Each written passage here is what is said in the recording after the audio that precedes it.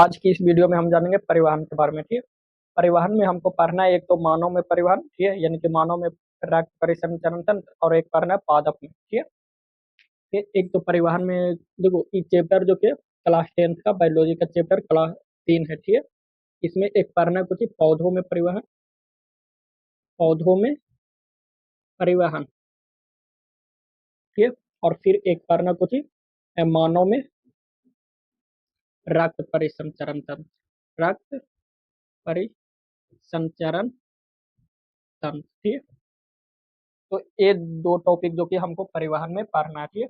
तो सबसे पहले हम जानेंगे पादप में परिवहन के बारे में। ठीक है, कि पादप में परिवहन होता क्या है। ठीक है। पौधों में परिवहन, पौधों में परिवहन। तो देखो परिवहन के हम लोग के जीवन में अगर बात करें आम चाल यानी कि बोल चाल के भाषा में हम लोग अगर परिवहन के बारे में जाने, तो देखो जब कोई व्यक्ति एक स्थान से दूसरा स्थान जाता है तो वो कुछ हो जाता है, उस व्यक्ति का कुछ हो जाता है, परिवहन हो जाता है। ठीक है। अब मान लो कि कोई वाहन हो गया, यानी कि कोई गाड़ी ले लो, गाड़ी या फिर वाहन। ठीक है। तो इससे कुछ होता है कि एक स्थान से जब दूसरे स्थान जाते हैं तो ये कुछ हो गया, परिवहन हो गया। और इसमें अगर हम बैठ करके गए हैं तो ये हमारा कुछ हो गया, स्थानांतरण हो गया, स्थानांतरण। ठीक है। तो परिवहन समझ में आ गया, एक स्थान से जब दूसरे स्थान गए तो कुछ हो गया, परिवहन हो गया। और जब एक स्थान से दूसरे स्थान कौन गया, एक वस्तु दूसरे वस्तु का स्थानांतरण हो गया, एक जगह से दूसरे जगह, तो उसका कुछ हो गया, स्थानांतरण हो गया। तो उसी प्रकार जो कि पौधों में भी होता है। अब पौधों में कुछ होता है परिवहन, कि पौधों में देखो पौधे कुछ करता है, पौधे जो कि जड़ वाला, ठीक, पौधे जो कि जड़ वाला कुछ करता है, जल को सोखता है, सोखता है। ठीक है। फिर कुछ करता है कि या मिट्टी से खनिज लवण को लेता है। ठीक है। खनिज लवण को लेता है। ठीक है। और इसको कुछ करता है कि पत्तियों तक पहुंचाता है, पत्तियों तक पहुंचाता है। ठीक। तो इसी को हम कुछ कहते हैं पौधों में परिवहन, पौधों में परिवहन करते हैं। ठीक है। तो पौधों में परिवहन कुछ हो गया कि पौधा जो कि जड़ द्वारा जल को सोखता है और मिट्टियों से कुछ लेता है, खनिज लवण को लेता है, और जड़ से पत्तियों तक पहुंचाने की प्रक्रिया जो कि कुछ कहलाता है, परिवहन कहलाता है।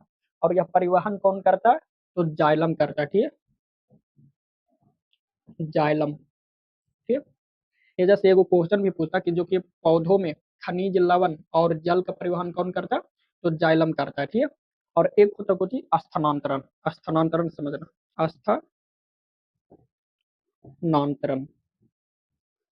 तो जल जो कि कहाँ पहुंच गया, पौधे के पत्तियों तक, और पत्तियों तक पहुंचने के बाद कुछ होता है, भोजन बनता है। तो कुछ ही होता है कि पौधों में स्थानांतरण की बात करें तो पत्तियों द्वारा, पत्तियों द्वारा बनाए गए भोजन को, भोजन को पौधों के, पौधों के विभिन्न भागों में पहुंचाना कुछ कहलाता है, स्थानांतरण कहलाता है, स्थानांतरण। ठीक है। तो परिवहन में कुछ होता है कि पौधा जड़ से, यानी कि पौधा जो कि अपने जड़ से जल को सोखता है और खनिज लवण को लेता है और पत्तियों तक पहुंचाता है, तो उसे बोलते हैं परिवहन। और पत्तियों से भोजन को जो कि पौधा के विभिन्न भागों तक पहुंचाता है, तब उसको कुछ बोलते हैं, स्थानांतरण।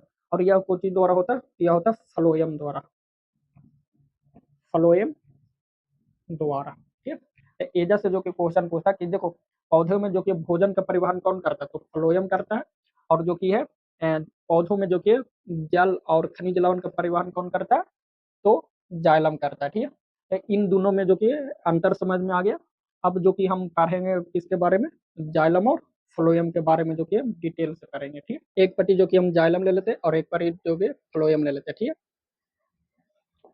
है। जाइलम और एक पट्टी हो जाएगा फ्लोएम। ठीक है। तो पहला काम हमने कुछ ही देखा कि जाइलम जो कि कुछ ही करता है, पौधों में जल का परिवहन करता है, जल एवं खनिज लवण का परिवहन करता है, ठीक है। जाइलम जो कि कुछ करता है खनिज लवण का परिवहन करता है, और फ्लोएम कुछ करता है पादप में तो खाद्य पदार्थों का परिवहन करता है, खाद्य पदार्थों का परिवहन करता है, ठीक है। पौधों में जो कि यानी कि पौधों में जो कि है जाइलम का काम कुछ होता है, जल एवं खनिज लवण का परिवहन करता है, ठीक है। और खाद्य पदार्थों का परिवहन करता है फ्लोएम करता है, ठीक है। और दूसरा अंतर कुछ हो जाएगा कि जाइलम जो कि है एक दिशीय गति करता है, ठीक है, एक दिशीय गति, ठीक। और यह जो कि है द्विदिशीय गति करता है, द्विदिशीय गति करता है।